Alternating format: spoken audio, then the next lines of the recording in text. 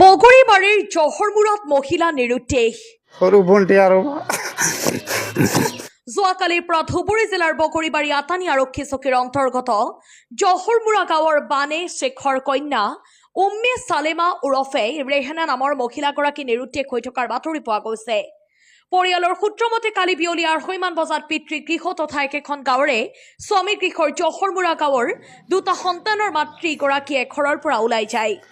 মহিলাগৰাকীয়ে সন্ধিয়ালৈকে ঘৰলৈ উভতি আহি নোপোৱাত পৰিয়ালৰ লোকৰ সন্দেহ উপজে।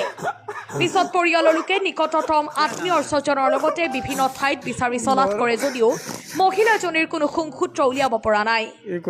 এই সন্দৰ্ভত পৰিয়ালৰ লোকে আতানী আৰক্ষীক অৱগত কৰিছে বুলি সাংবাদিকক জানিবলৈ দিয়ে। এই নিৰুদ্দেশ হোৱা মহিলাগৰাকীৰ কোনো সদাশয় ব্যক্তিয়ে সম্ভেদ পালে তলত দিয়া 6002130793 আৰু 6002700315 ফোন নম্বৰত যোগাযোগ কৰিবলৈ পৰিয়ালৰ লোকে কাটৰ আহ্বান জনায়। News desk report BBC live. মানে সৰু ভণ্টি নাম হ'ল তাৰ উম্মে চালেমা ওৰফে ৰেহানা খাতুন।